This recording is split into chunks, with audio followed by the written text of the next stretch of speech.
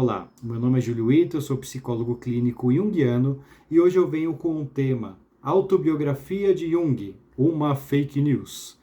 Bom, o Sonu Chandrasani, que é uma das maiores autoridades, se não a maior na história da psicologia analítica de Jung, ele escreveu um artigo muito interessante chamado Memórias, Sonhos e Omissões, fazendo uma paródia à suposta autobiografia de Jung, e titulada como Memórias, Sonhos e Reflexões. Olha o nome do Jung aqui. Então, nesse artigo, o Chandrasani ele vai provocar o leitor, e eu diria que ele vai defender que de maneira nenhuma Memórias, Sonhos e Reflexões é uma autobiografia. Então eu selecionei 7 pontos que eu considerei interessantes para abordar esse tema. Vamos lá. Ponto 1. O Jung ele sempre fora estimulado a escrever uma autobiografia, porém o próprio nunca acreditou que qualquer autobiografia pudesse ser legítima. Aqui em uma carta a seu amigo Steiner, ele diz, abre aspas, eu conheço muitas autobiografias, suas autodecepções e mentiras expedientes. Sei muito sobre a impossibilidade da autodescrição para entregar-me a uma tentativa a esse respeito. Fecha aspas. Então, no artigo a gente vai ter mais detalhes dessa carta. Ponto 2. Um editor chamado Kurt Wolff, por muitos anos, ele tentou persuadir o Jung a escrever uma autobiografia, sem sucesso até então, né?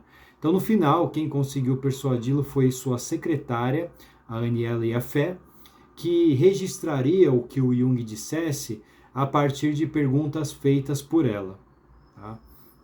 Começou aqui então. Ponto 3.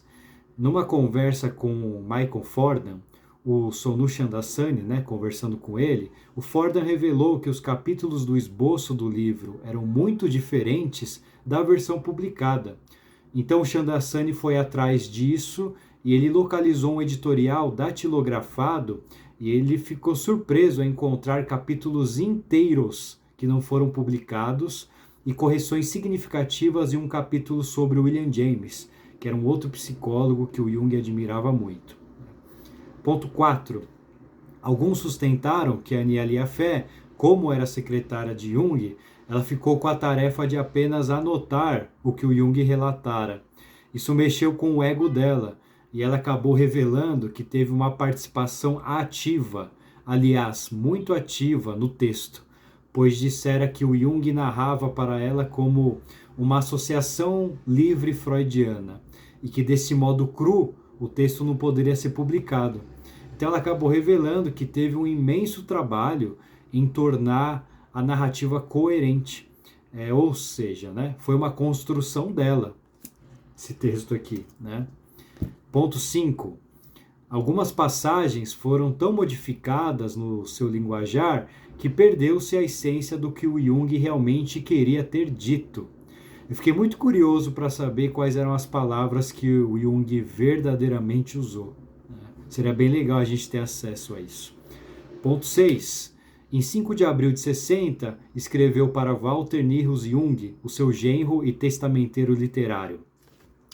Eu quero agradecê-lo por seus esforços em nome da minha então chamada autobiografia e confirmar, uma vez mais, que não considero esse livro como meu empreendimento, mas expressamente um livro que Aniela Jaffe escreveu.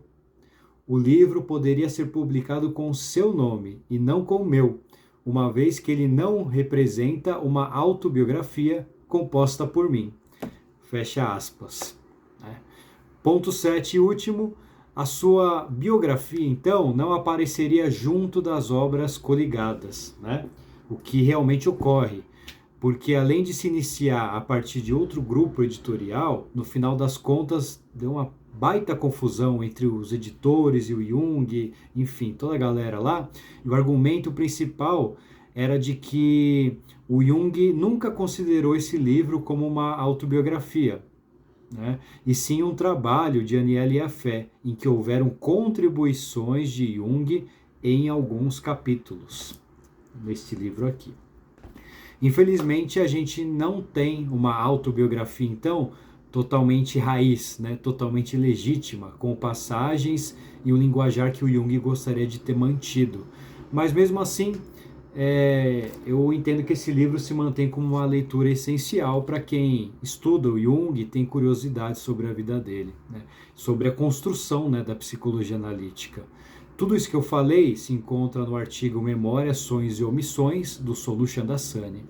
Se vocês querem saber mais, dê uma olhada nesse artigo que eu tenho certeza que vocês irão descobrir muito mais coisas interessantes a respeito dessas omissões. Tem muito mais detalhes lá no artigo, tá bom? Espero que vocês tenham gostado. Um abraço e até a próxima.